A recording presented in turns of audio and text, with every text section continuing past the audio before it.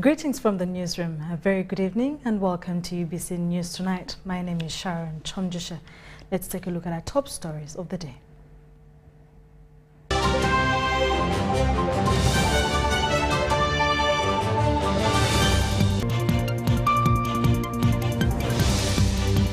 News Tonight, divergent views come up as Namuganza's censure debate continues in Parliament. Coming up, UPDF accounts for 40 ADF militias following Toroko attack. And in more stories, the appointment of Byarugabe as NSSF Managing Director attracts criticism. In our sports stories, cricket Cranes remains unbeaten in 5 games after 97 runs win against Rwanda.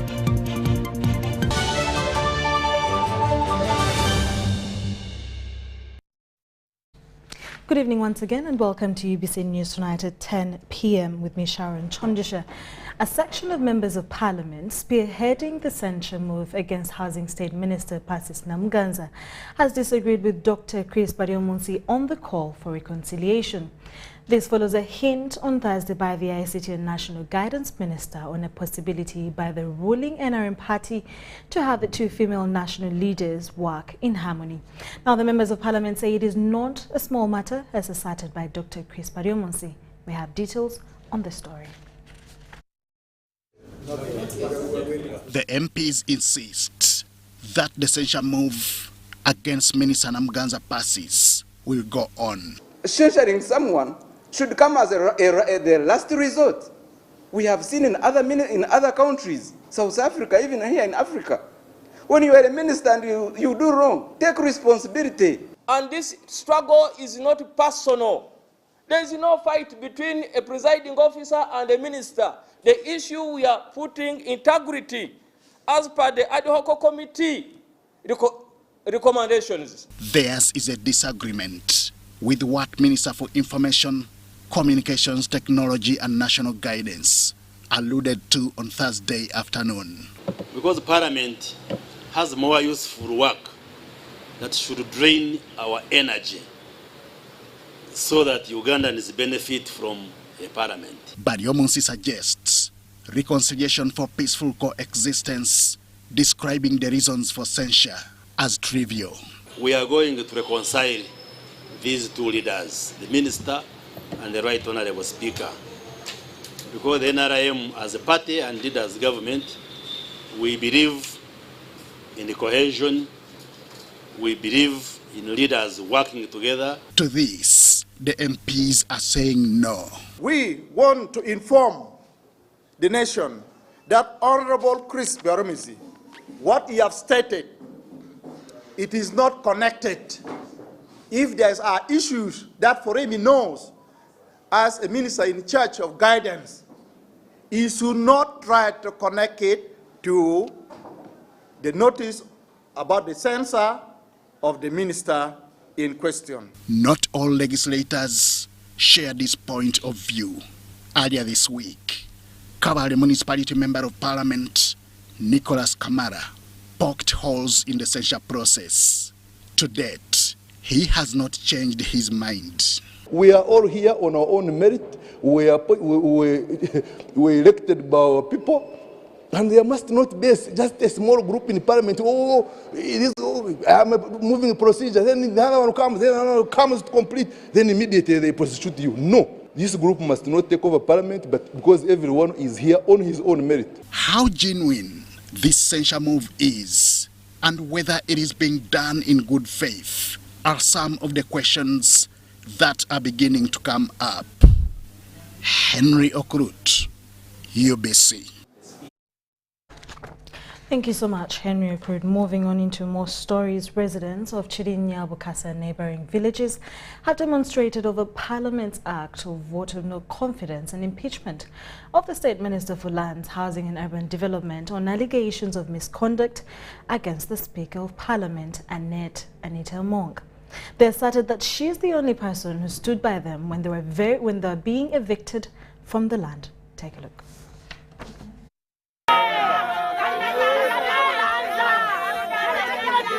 Recently, Parliament was on fire following allegations that Minister Persis Namuganza misbehaved by attacking the Speaker of Parliament, Anita Mong, and the August House in general, thereby demanded her impeachment. And she's continuing to denigrate the image of Parliament. Speaks volumes. Right, Honourable and Honourable members, if I hurt you in any way, I regret. The vote of no confidence created anxiety among many Ugandans. In lieu of this, residents from villages of Chito, Namataba, Bukasa, among others in Wakiso district, are against Namuganza's impeachment. As far as our residents are concerned, their concern is perfect and very true. First of all, we disagree with the Parliament of Uganda pertaining the handling of Namuganza's issue. Namuganza has been on the forefront fighting the mafiaism, those who have been chasing us from the land.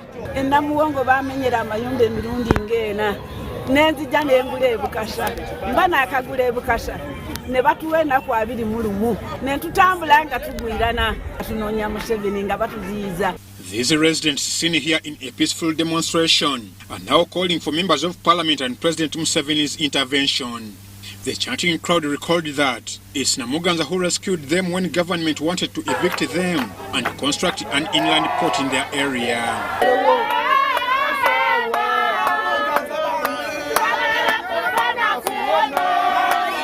It was in 2016 the government decided that we should vacate this area. We looked for everybody, our own MPs, Honorable Femuji was here, Honorable Seninde was here. We wanted somebody who could assist us take us to the president. But all of them, none did. It was only when we sought favor from Honorable Namuganza. They allege there are mafia forces behind this move. Local leaders lauded Namuganza for our intervention in the matter that almost left residents homeless as government works on compensating them.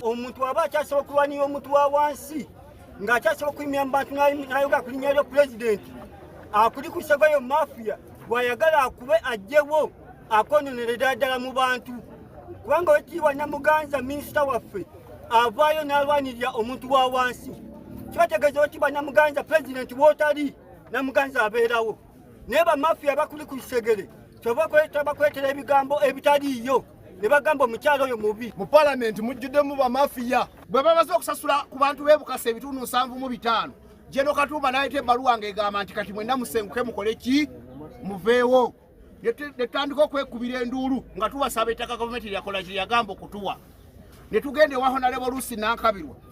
Honorable Lucy Nankabirwa nalize kabakogera nengenda mu office ye nampandikira ebbaluwa nangamba gende wa Honorable Namuganza president bwe twali mu cabinet kati bwe yakwasa ensonga yamwe yabagikola ki yabagikolako.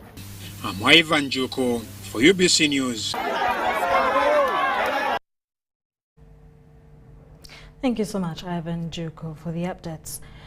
UPDF has sounded a warning to the Allied Democratic Forces ADF militants planning to carry out attacks on civilians and the army. The UPDF spokesperson Brigadier General Felix Klaije says that it is high time the rebels sought amnesty or else test the UPDF firepower. At least 20 out of the 40 ADF rebels who attacked residents in Toroko have been killed and accounted for by the UPDF. Ivan Kawa has more details on this report. The Uganda People's Defence Forces UPDF has accounted for the 40 ADF militants who attempted to infiltrate security operations in the areas of Bwerambule in Ntoroko district. The intention of attacking Ntoroko was to divert us from the pressure that we have mounted in Ituri region.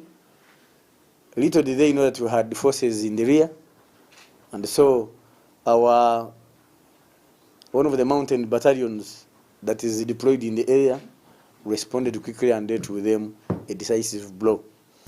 20 of the attackers were put out of action, 15 arrested, and 16 SMGs, 1 PK machine gun, and rounds of ammunition recovered.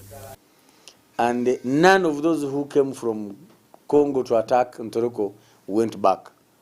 Those who attempted to go back, they drowned in River Semliki, and the crocodiles enjoyed them. UPDF spokesperson Brigadier Felix Kulaije says they managed to get vital information from the attackers who were captured. Those who have captured alive are telling us the instructions were go and kill the kafiris.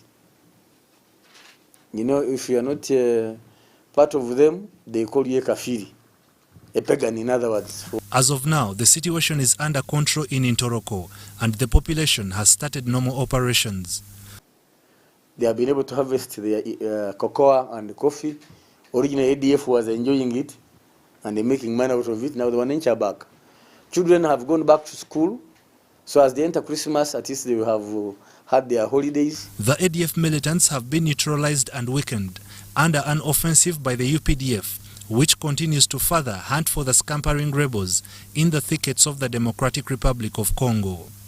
The army assures the public of safety during the festive seasons, but calls for vigilance and report any form of threat. The UPDF has reinforced the Uganda Police Force to provide added security in this period. Ivan Kahwa, UBC News in Kampala.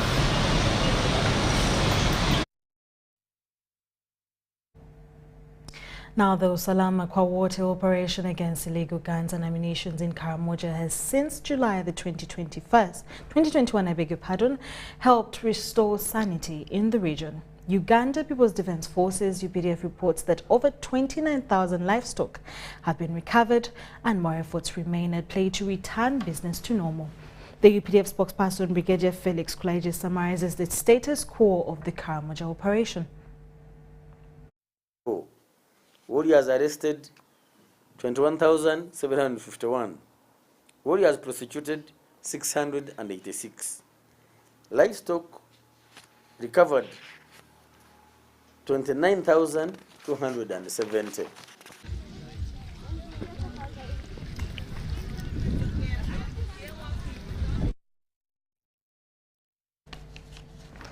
Residents of Koboko district have condemned acts of looting by suspected South Sudan People's Defense Forces soldiers after they crossed the border to invade communities in Oraba Town Council.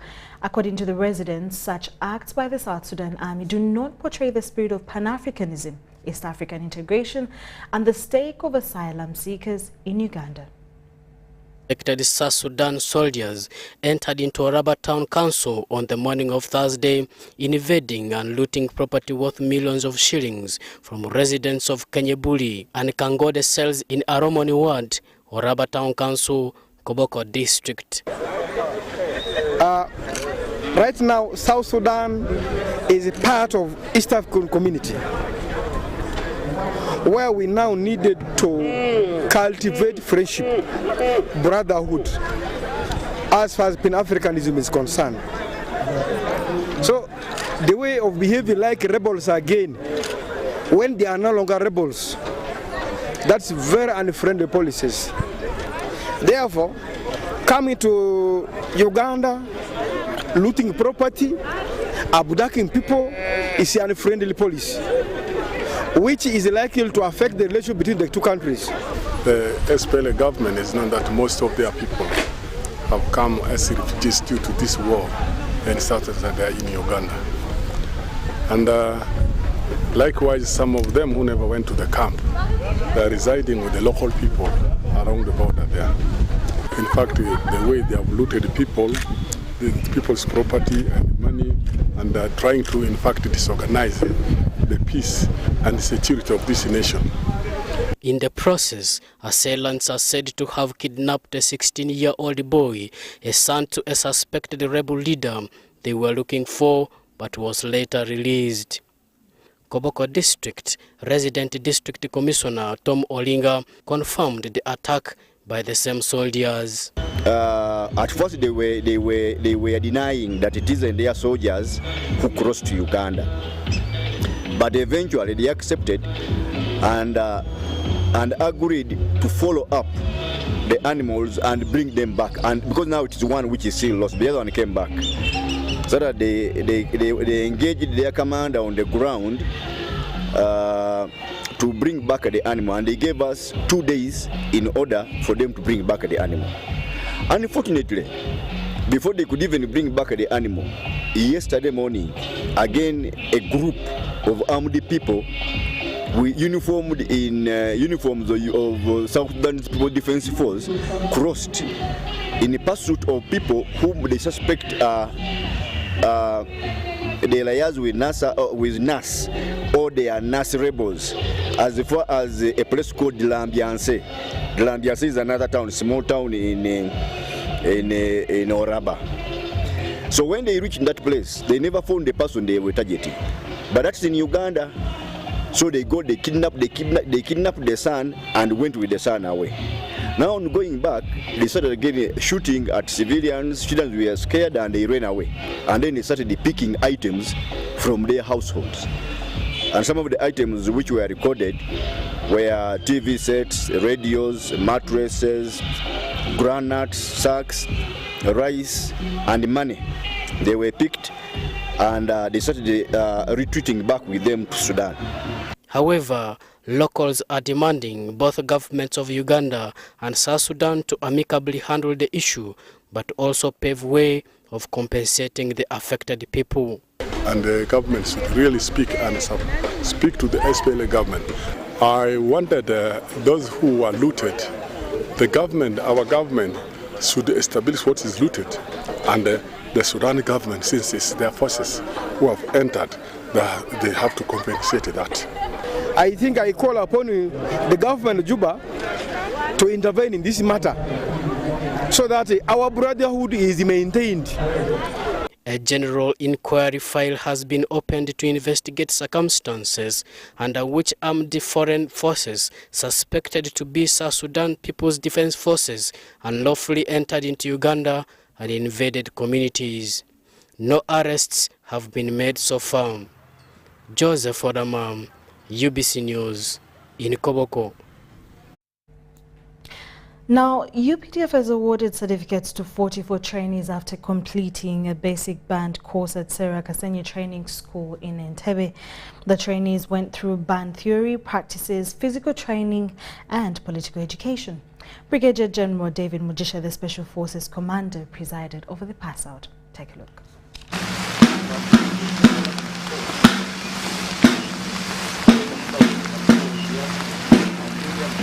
UPDF Special Forces Command SFC has passed out 44 band trainees of the Special Forces Command at Sharon Kyomugisha Training School Entebbe after completing a 64-week basic band course.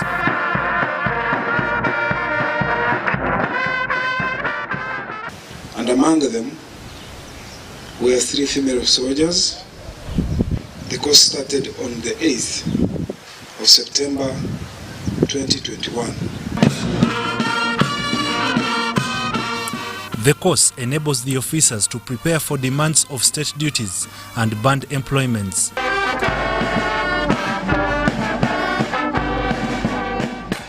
They were taken through the following lessons: band theory, band practices, physical training, political education, foot drills, sight reading, band marching drills, and finally, they did a 10-kilometer route march with instruments.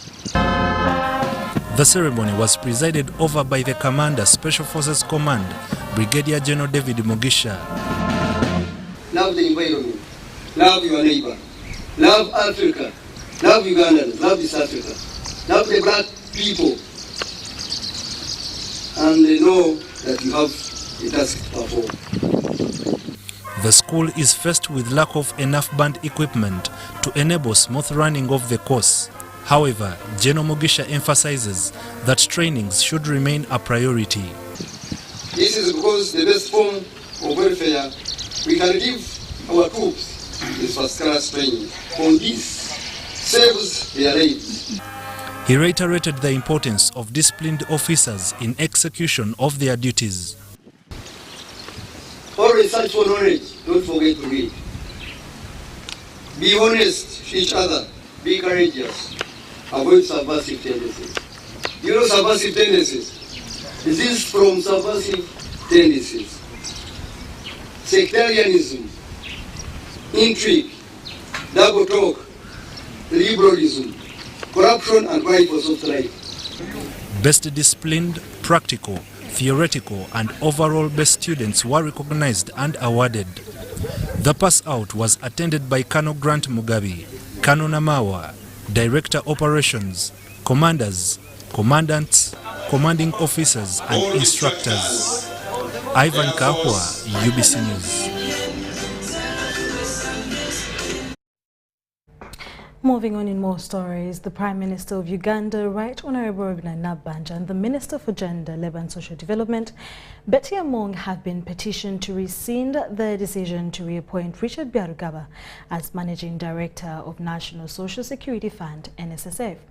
According to Matua Job Richard, reappointment of Byarugaba, whose 12-year tenure as the Managing Director of NSSF expired upon attainment of the mandatory retirement age of 60, violates the Public Service Standing Orders. The petitioner further states that Byarugaba can only be entertained with the permission of workers saving with the NSSF through a referendum. The Right Honourable Prime Minister of the Republic of Uganda should rescind that decision she made. Last month, the Minister for Gender, Labour and Social Development, Betty Amongi, directed the NSSF Managing Director, Richard Byarugaba, to vacate office after he clocked the mandatory retirement age of 60 years. However, a few weeks later, the Prime Minister, Robina Nabbanja, wrote a letter seeking to reverse the Minister's directive and ordered her to reinstate Richard Byarugaba to office. Overall reported misconduct of Mr. Richard Byarugaba in management of affairs at NSSF. This is being backed with the evidence of petition of workers, petitions of employees of NSSF to the various offices.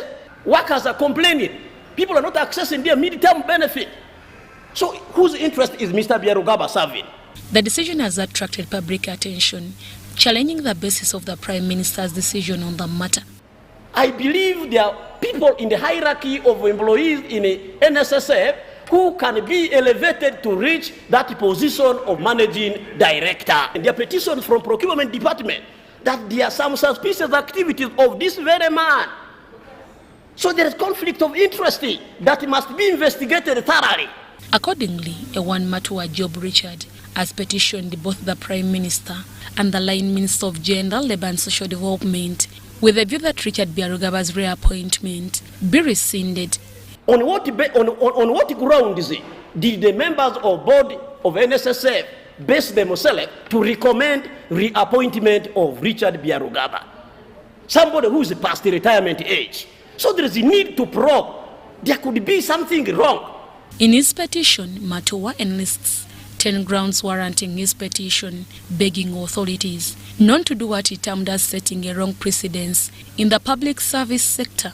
Has been the leading champion of educating Ugandans on TV, in a seminar, on a radio, that Ugandans should save money so that after retirement they can go and invest, so that after retirement they can have a good life.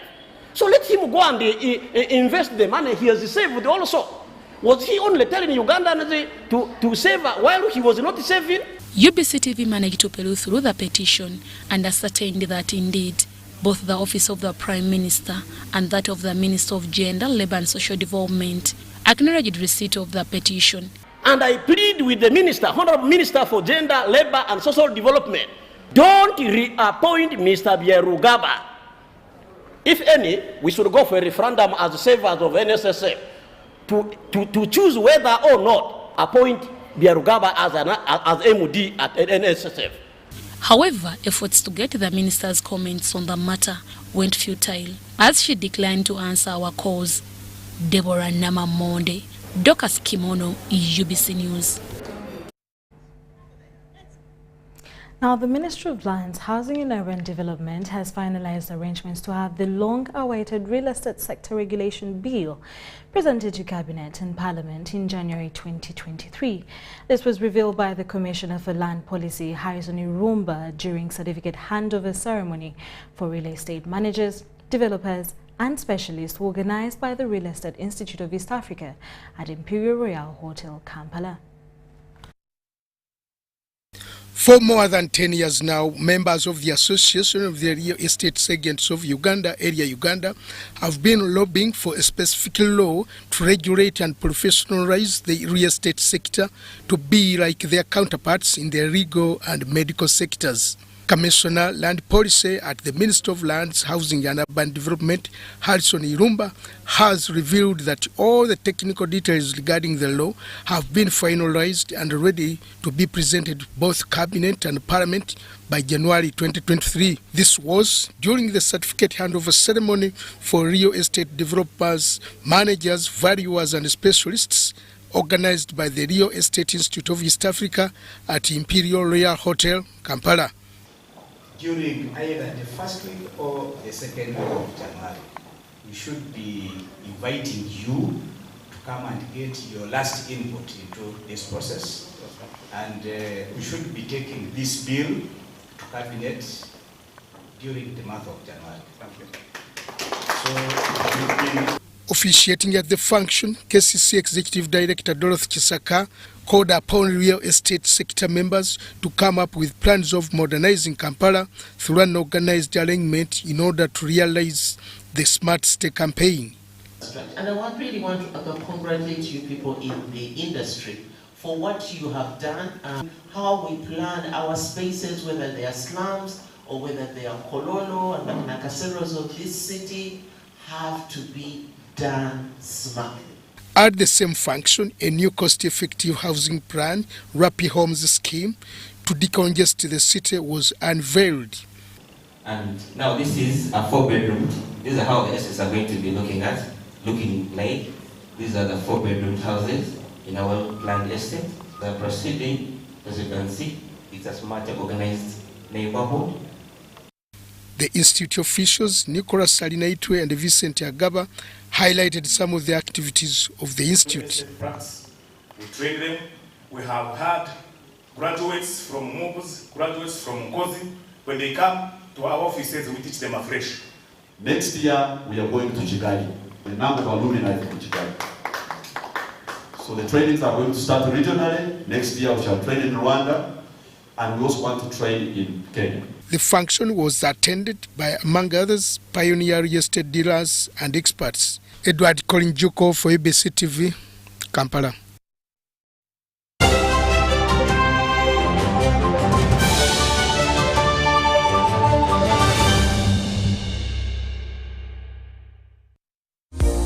Sent to transport to the wrong person.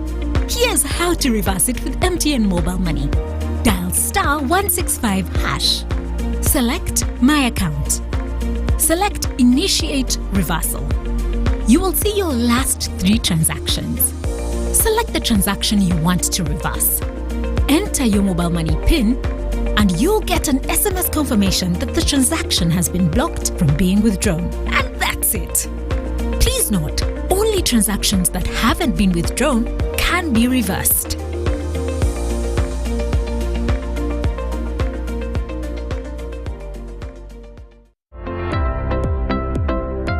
My name is Charles Peter Maiga, the Katikiro of Buganda. It's very important to groom and nurture our children into responsible citizens. But that doesn't mean that we've got to beat them up, got to hurt them. I think we need to groom our children into people who have self-worth. That will enable us to have citizens who will be responsible and who will also look at violence with disdain. Because a violence-free childhood is everyone's right. Raising voices. It's Freaky Friday from Airtel. Buy or gift. Buy or give. Get freaky too! Dial *149*10# to load a Freaky Friday bundle for you to enjoy the best offers on voice and data. To buy a bundle for friends and family, dial *149*10*5#. Freaky Friday with Airtel. Buy or gift a bundle today. Dial *149*10# to get started. Airtel, the smartphone network. Welcome to Friends Stadium. Everybody's ready. Wait a second, not everybody.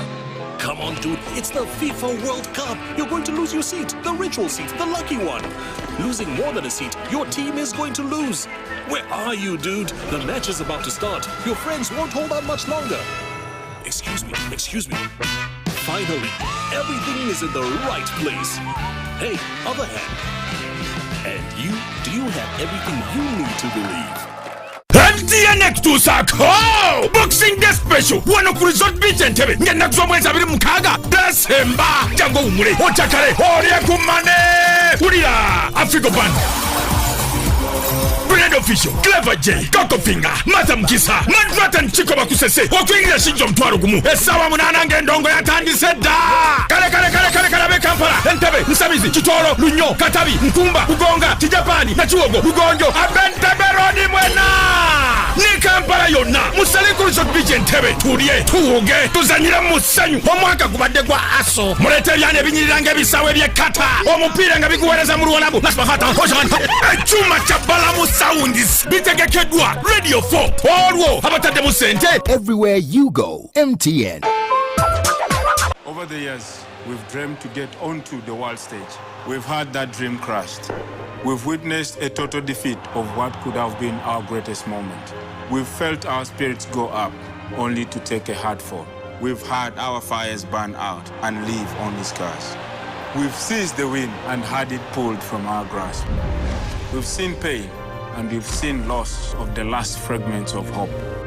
But we are made of resilience, and resilience never stops dreaming. So we will dream even bigger with the Cranes Cup Bowl 2026. Together, let's take Uganda to the next FIFA World Cup. Together, let's take Uganda to the next FIFA World Cup. For every Now Special you buy, we will give 50 shillings to the Uganda Cranes 2026 fund. You will also get the chance to choose how the Cranes Cup Bowl contributions are spent. Now Special, official beer of the FIFA World Cup and official beer partner of the Uganda Cranes. Alcohol is not for sale to persons under 18. Please drink responsibly. Ladies and gentlemen, it is no longer news that Ebola is with us. Please wash your hands with the soap every now and then. For the entire business community, ladies and gentlemen, let us lead by example. Let us sensitize our customers and let us be cautious. Avoid the handshaking, avoid the hugs, because it is dangerous for everyone. If you, your loved ones, or anyone else in your community is experiencing any Ebola signs and symptoms, immediately inform the health officials in your area.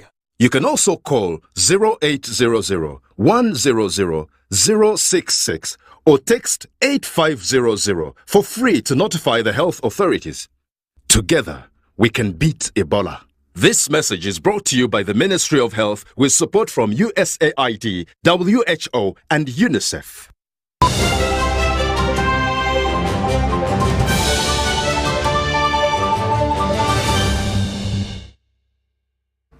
Welcome back from that short commercial break as we continue with UBC News Tonight. Uganda Wildlife Education, Conservation and partners have launched a national strategy to promote wildlife conservation through community engagement. Now, this was witnessed during a validation meeting on wildlife conservation education organized by International Strategic Friends held in Kampala District. In the pursuit of wildlife and natural resources conservation, the government of Uganda has highlighted its strategy of creating awareness about the importance of wildlife to the development of the country. Now, this strategy seeks, one, to harmonize the message and to harmonize the efforts and strengthen our awareness, the implementation of the activities on the ground, and then enhance impact. According to the Chairman Board of Trustees, Uganda Wildlife Education Conservation, Benon Katumba, educating communities about wildlife will ensure harmonized coexistence and reduce human-wildlife conflict. Since a human being is the leader on this planet, as God put it, I mean, with all the religious sects that we are in, we believe that there should not be a conflict. A human being should provide a solution. Therefore, I will call it a relationship. How do we relate? How do we coexist with God's creation? And the animals are not exception. The strategy that has been developed is now giving us very good guidance and targets, as well as targeting particular audiences. So the strategy is going to be very key in guiding us to be able to offer conservation education in the country for the different audiences, secondary schools, primary schools, kindergartens. One of the strategic researchers behind the conservation strategy, Dr. Kosea Wambaka, explained their collective role in implementing the education strategy. This strategy is aimed at increasing awareness so that people can understand that no, wildlife is very important. Wildlife creates employment. Wildlife can help to mitigate these effects of climate change. So basically what we did was to collect the views of stakeholders, develop the document in a language or in a format that is internationally accepted, and then bring it here for national value. The strategy to create awareness to the increasing human population aims at ensuring a smooth wildlife and human coexistence for the nation's sustainable development. Joshua Kagor, UBC News in Kampala. Minister for Relief, Disaster Preparedness and Refugees, Engineer Hilary Onek, has disclosed that government has developed an agenda to tarmac all major roads in refugee districts, starting with Kobokoyumbe Road, to ease service delivery to refugees and host communities. Onek was at Luzida Village, Kululu Sub-County, Yumbe District during the launch of Forest Landscape Management Plan for Bidibidi Refugee Settlement. Now, the plan, spearheaded by the UN Food and Agriculture Organization FAO, in partnership with the UNHCR and other partners, is aimed at re-greening West Nile region. The 5-year Forest Landscape Management Plan for Bidibidi Refugee Resettlement has been launched with an appeal to people in West Nile region to stop deforestation and conserve the environment. The Minister for Relief, Disaster Preparedness and Refugees, Engineer Hilary Onek, while launching this plan, disclosed that the government is to tarmac major roads and extend electricity to refugee settlements to ease service delivery. The World Bank has supported our proposal to construct and tarmac roads in the districts where there are refugees, or joining the district where the refugees are with other districts in Uganda.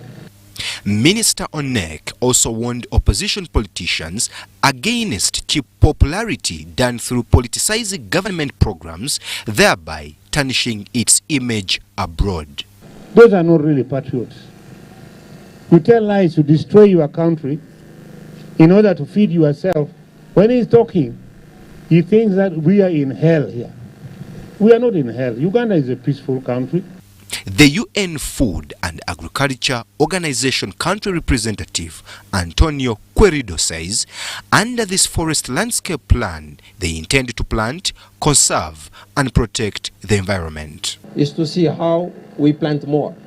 Plant and grow, restore and protect are the key aspect of this plan. The Ministry of Water asserts that this plan has come at a time when the ministry is implementing Running Out of Trees Roots campaign, where they target to plant 40 million trees annually.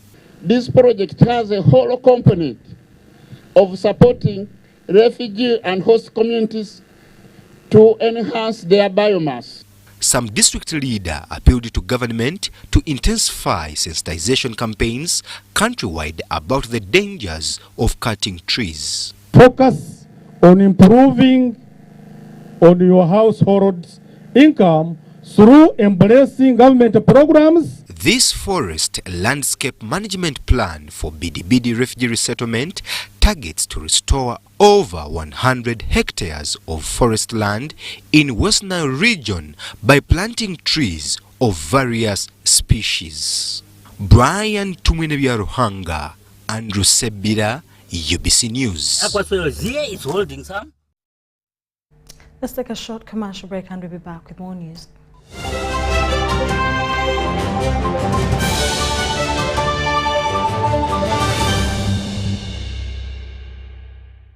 It's Freaky Friday from Airtel. Buy or gift. Buy or give. Get freaky too! go! Dial star 149 star 10 hash to load a Freaky Friday bundle for you to enjoy the best offers on voice and data. To buy a bundle for friends and family, dial star 149 star 10 star 5 hash. Freaky Friday with Airtel. Buy or gift a bundle today. Dial star 149 star 10 hash to get started. Airtel, the smartphone network. It's true what people say, that when I wash and you wash your hands with soap, we'll have less infections as Ugandans. After all, it's hands that handle money. It's hands that feed us. Hands that prepare soil for farming. Hands that we use to learn. And hands that we use for fun. When I wash and you wash, it means clean hands for all. So, wash your hands with soap and clean water regularly to keep away infections and disease-causing germs. This message is from the National Hand Washing Secretariat with support from UNICEF. Get value for your money by choosing the right paint. With Global Paints, you don't just paint, but paint for generations to come. Make Global Paints a paint of choice and make your building a paradise. We have weather coat emulsion, undercoat emulsion, silk vinyl emulsion, flat emulsion, super gloss, and high gloss. Global Paint, a reliable product. Get yourself a Zuku TV decoder and satellite dish today at a low price of only 105,000 Ugandan shillings and a Zuku decoder at only 60,000 Ugandan shillings and enjoy your favorite movies, series, kids entertainment, music, local and international news and lots more. Enjoy amazing packages like Zuku Smart Plus, Zuku Classic, Zuku Premium and Zuku Asia. Get connected today. Zuku, life got better. Welcome to Friend Stadium. Everybody's ready. Wait a second, not everybody. Come on, dude. It's the FIFA World Cup. You're going to lose your seat, the ritual seat, the lucky one. Losing more than a seat, your team is going to lose. Where are you, dude? The match is about to start. Your friends won't hold out much longer. Excuse me. Finally, everything is in the right place. Hey, other hand. And you, do you have everything you need to believe?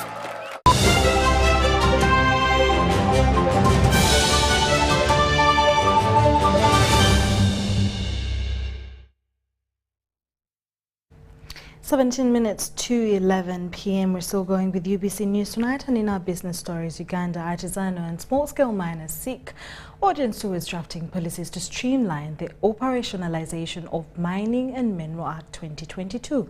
The main focus of the engagement will be centered on the license fees for artisanal miners reach. After operating informally for quite a long time, government offered a law to streamline and register artisanal miners. The Mining and Minerals Act of 2022 was passed to recognize small-scale mining business. Also to protect the environment. When you are mining and you think you are not going to continue in that place, you should cover the whole, recover it, so that the land is utilized for other purposes. And also avoid dangerous substances to be used in processing minerals like gold and so on. So there is a lot in the law. Formalizing this sector would provide an opportunity to stakeholders to access financial and other related assistance by presenting valid license. Financial institutions, once the licenses are there, that they should help these people with the equipment, because we can indicate to them these are capable of paying. Artisanal miners want the line ministry to incorporate their values in the development of law implementation framework. But the license fees, the process of acquiring licenses, we are saying some of these small licenses may not necessarily need to go to the minister. Someone should be appointed in the ministry to act for and on behalf of the minister. So those are some of the issues that we have included in our position policy recommendation. Once they are good and fit the regulation, we'll put them there. The passed Mining and Minerals Act of 2022 bans the use of mercury in the process, Now miners seek a hand to afford alternatives. Plants. Most of these facilities we have at the artisanal and small-scale mining level cost in excess of 200 million shillings. So the alternative that is available right now, which is cyanide, costs way more than many of these miners' projects are worth as we speak. So we are saying, if you are burning mercury, how are you now helping the miners to cope? When they are formalized, they will form associations, and in associations they pool resources together, and then they are able to acquire licenses, acquire land, and put up cyanide plants that can help in what? In the processing of gold. Leaders in the minerals and old communities decry exploitation by foreign investors. Certain miners take our people for granted, take our communities for granted. They think they just have to come, pick the gold and run away. We support development, but gold in our communities should not become a burden. The regulation of artisanal mining sector is expected to boost the country's tax base, widen market for miners, and improve the community's standards of living. Abdul Nasser Lubama, UBC News.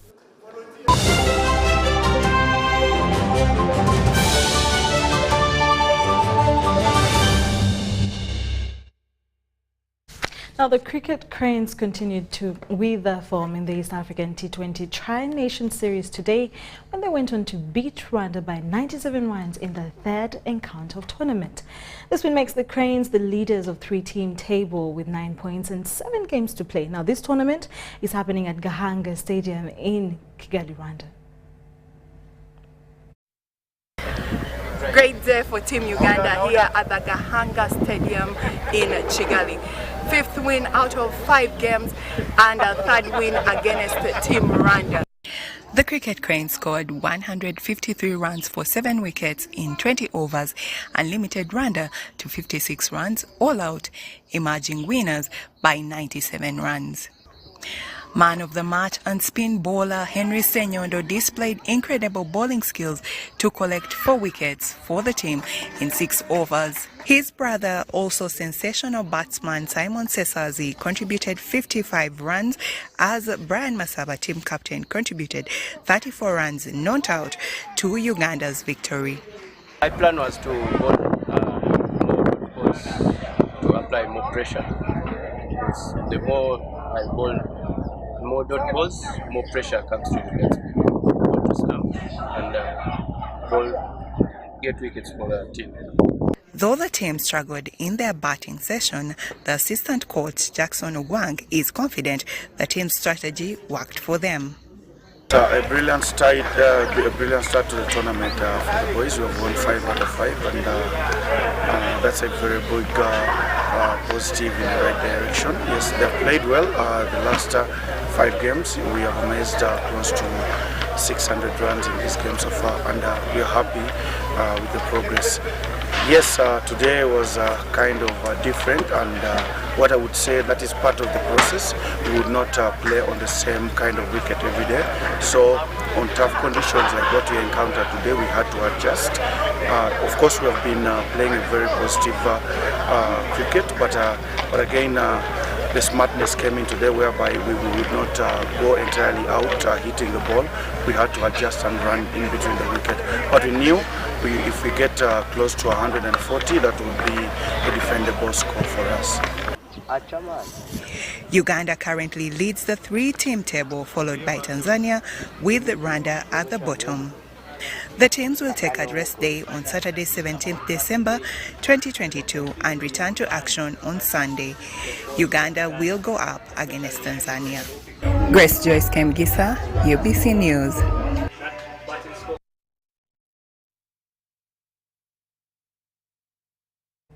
As we've come to the end of the new UBC News tonight at 10 p.m, we'll take one final look at the headlines.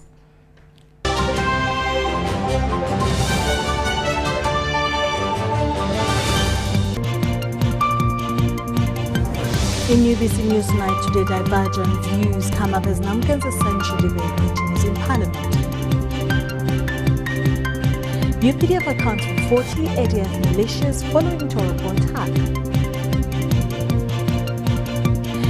appointment of Jan Gaba as the Legislative Managing Director attracts criticism.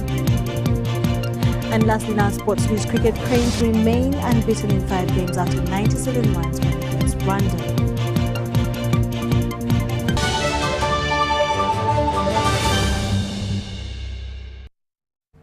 Well, thank you so much for watching UBC News Tonight at 10 p.m. with me, Sharon Kyomugisha from the team, and I. Have a lovely night and God bless you.